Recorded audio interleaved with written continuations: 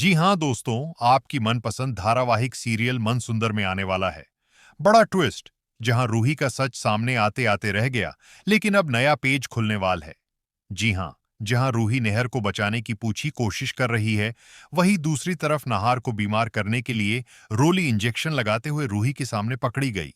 इसी दौरान रोली की नजर रूही के ऊपर पड़ जाती है और रोली को लगता है कि रूही का भूत हमारे सामने आकर खड़ा हो गया। जी हाँ, रूही डर के मारे घबराने लगती है और भूत भूत कहकर चिल्लाने लगती है। तभी सारे घर वाले वहां इकट्ठे होकर रूही के पास आते हैं और पूछते हैं, रोली तुम्हें क्या हुआ? तुम क्यों चिल्ला रही हो? तभी रोली कहती है, मैं यहां रूही का भूत देखा। लेकिन रोली की बातों का कोई यकीन नहीं करता और सारे लोग रूही का मजाक उड़ाने लगते हैं। लेकिन रोली बार बार कहती है, मैंने स्टोर रूम में किसी की परछाई देखी है, और सभी सदस्य को स्टोर रूम की ओर ले जाते हैं, लेकिन वहां पर उसे कुछ भी नहीं मिलता है। लेकिन दोस्तों, रोली ने तो रूही को देखा था और डर के मारे कांप रही होती है। तभी दाई अम्मा बनी रूही भी स्टोर रूम की तरह जाती है और सब समझ जाती है कि रोली रूही को भूत समझ रही है। तो दोस्तों, फिर क्या था?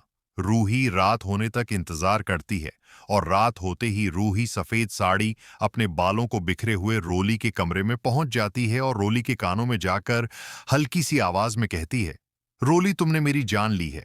तुमने मुझे नाहर जी से अलग किया। अब मैं तुझे नहीं छोड़ूंगी, तुझे मार डालूंगी। रूही डरने लगती है और फिर से चिल्लाने लगती है। तभी सारे घर वाले पुनः इकट्ठे हो जाते हैं और कहते हैं, रोली तुम्हें कोई बुरा सपना आया है, तुम सो जाओ।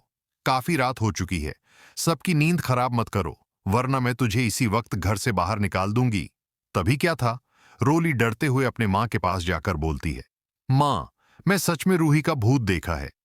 माँ, मुझे अकेले छोड़कर तुम मत जाओ, तुम भी यही मेरे पास सो जाओ।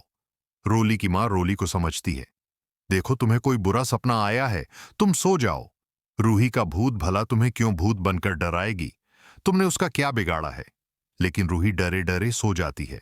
जी हाँ दोस्तों, आपकी मनपसंद धारावाहिक सीरियल की कहानी आगे दिखाई जाएगी। तब तक के लिए बने रहे हमारे वीडियो के साथ। दोस्तों, धन्यवाद।